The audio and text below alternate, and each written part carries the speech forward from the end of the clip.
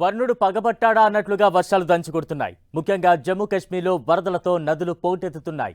మరోవైపు వారానికోసారి క్లౌడ్ బరస్లు కావడంతో పదుల సంఖ్యలో మరణాలు సంభవిస్తున్నాయి. జమ్మూ కాశ్మీర్ మాత్రమే కాకుండా పంజాబ్, హిమాచల్ ప్రదేశ్లోని నదులు కూడా భారీగా వరదతో పోటెత్తుతున్నాయి. దీంతో ఈ రాష్ట్రాల్లో జనజీవనం తీవ్ర స్థాయిలో ప్రభావితమవుతోంది.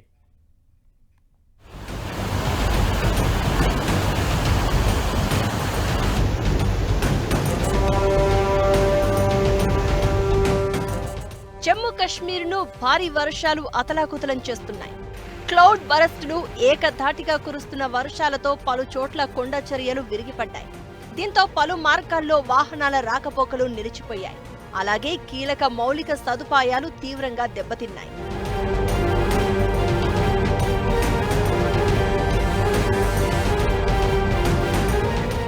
ముఖ్యమంత్రి ఒమర్ అబ్దుల్లా కేంద్ర హోంమంత్రి అమిత్ షాతో ఫోన్లో మాట్లాడి ఎన్డీఆర్ఎఫ్ బృందాలను కేంద్ర సాయాన్ని కోరారు. అలానే రాష్ట్రంలో కమ్యూనికేషన్ వ్యవస్థ కూడా తీవ్రంగా దెబ్బతిన్నది. జమ్మూలో 2014-2019లో భయంకరమైన రోజుల తర్వాత ఈ పరిస్థితి ఇదే మొదటిసారిగా చెప్తున్నారు.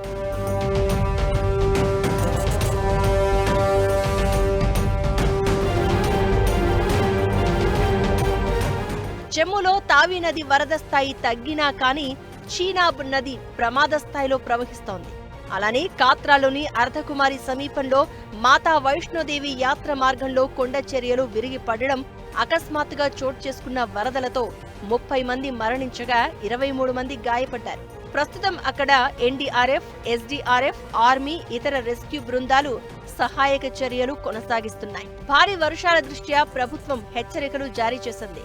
అన్ని పాఠశాలలు, కళాశాలలకు సెలవు ప్రకటించింది. ఎస్డీఆర్ఎఫ్, ఎన్డీఆర్ఎఫ్, పారామిలిటరీ, ఆర్మీ, వైమానిక దళ సిబ్బంది సహాయ చర్యలు చేపట్టాయి. మరోవైపు హిమాచల్ ప్రదేశ్లోనూ ఇదే తరహా వాతావరణం చోటు చేసుకుంది. మనాలిలో బియాస్ నది పొంగి ప్రవహిస్తూ ఉండడంతో వరద నీరు ఉగ్ర రూపం దాల్చింది. పలు దుకాణాలు, ఇళ్లు కొట్టుకుపోగా భవంతులు కుప్పకూలాయి. హైవేలు కోతకు గురయ్యాయి.